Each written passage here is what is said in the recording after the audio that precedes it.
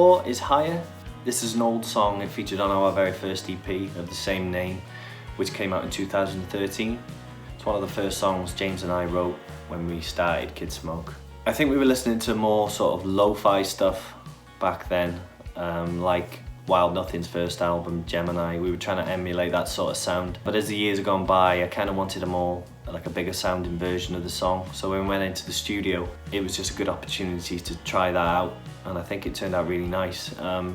It's quite a personal song. It was written as a sort of like a letter or a message to somebody who was sort of second guessing, so a bit of self-doubt going on, and it was just like it's kind of like a message of encouragement.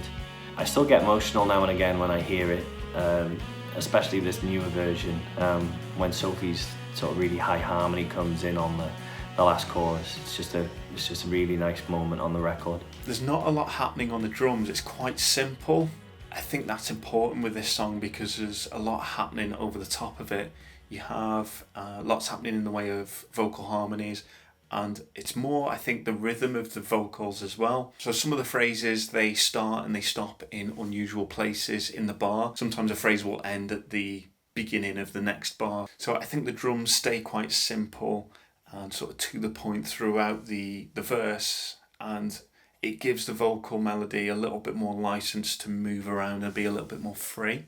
When we were recording, we got all of the tracks down and everything was going really well, and we needed some bits and pieces to pad it out, just to sort of get the track up here, where it needed to be. We decided I was going to put in some stacked harmonies just before the chorus comes in. So I went into the vocal booth and we had a kind of rough starting point. Russ, our producer, ended up just firing notes at me to sing, and he wasn't giving me very much of a break in between each note, so I would do a couple of takes of one note, I would get a good one, do another one, try this one next, let's put a low one in, let's put a really, really high one in. And after about 20 minutes of doing that, I realised that I was about to pass out because I had been breathing so irregularly that I was obviously slightly oxygen depleted, so I had to have a sit down.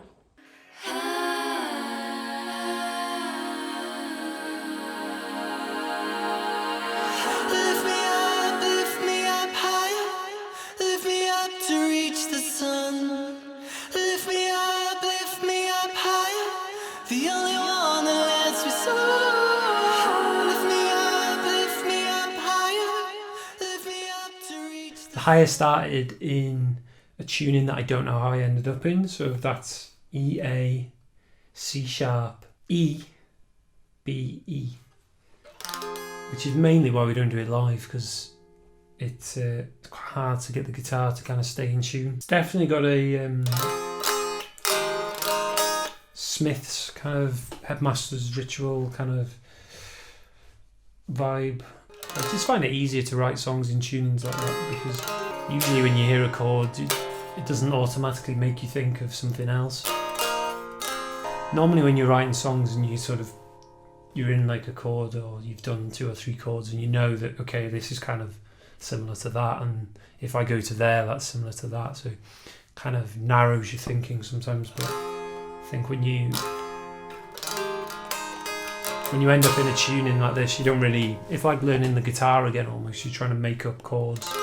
The sequence throughout the verse, it's actually 10 bars long, which is slightly unusual. Normally within pop music and just general Western music, they tend to follow 4-bar, 8-bar phrases, but this has the extra 2 tagged on the end, so it's slightly longer. But yeah, I think with this song there's a lot of emotion in there.